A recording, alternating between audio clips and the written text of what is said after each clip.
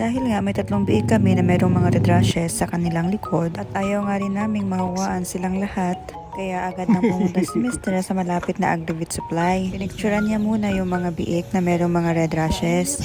At ito ang kanyang pinakita sa kanyang pinuntahan na tindahan. Agad namang tinawagan nila ang kanilang technician. Ang gusto sana ni Mr. ay yung pwede lang ihalo sa pagkain. Pero ang advice ng technician, mas maganda talaga yung injectable. Penicillin nga pala yung nirecommend ng technician. Pagdating nga ni Mr. sa bahay ay agad niya itong hinalo. Dahil nga siya rin yung hawak ng biik. At first time ko itong gawin kahit natatakot ako ay nilakasan ko na lang ang aking loob. At ang sabi rin ng technician ay obserbaran ng 3 days. After 3 days, kapag hindi pa rin gumaling, ay injeksyonan ulit. By God's grace, unti-unti ngang nawawala ang mga red rashes nila sa likod. Kapag lunch nga ay kami lang nandito. Napagdesisyonan namin ni Mr. na magprito na lang ng isda at sakto nga na dumaan nagbebenta ng isda. Yun nga lang, tamban lang yung isdang dala niya. Fresh na fresh pa naman yung tamban dahil nga medyo maliit kaya pinirito na lang ito ni Mr. Hinugasan ko na rin yung pinagkainan namin ng umagahan. Lately nga nararamdaman ko para merong plema na nakabara sa aking lalumunan. Kaya gumagawa ako ng tsaang luya. Dahil meron naman kaming honey, yun ang nilalagay ko para pampatamis. Dahil nga curious si Mr. sa lasa ng local na honey, kaya binigyan ko siya ng isang kutsarita.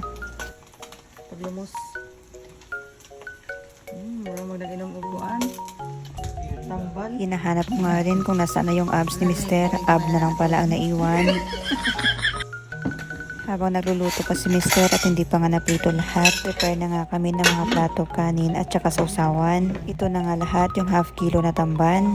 After nga namin mag-lunch, nag-siesta kami. Nakatulog na lang ako ng 1 oras. Paglingon ko, wala na akong katabi. Kaya bumaba na nga lang ako. Naabutan ko nga si Mr. na nagluluto ng saging. Buti nga hindi niya binalatan lahat. Tinirhan niya pa ako ng 5 piraso. Gusto ko kasi yung nilaga kaysa sa prito. Nung nag-siesta nga kami, hindi nga makatulog si Mr. Kaya bumaba na lang dahil nagutom na siya. Naka-check sa kanyang cellphone.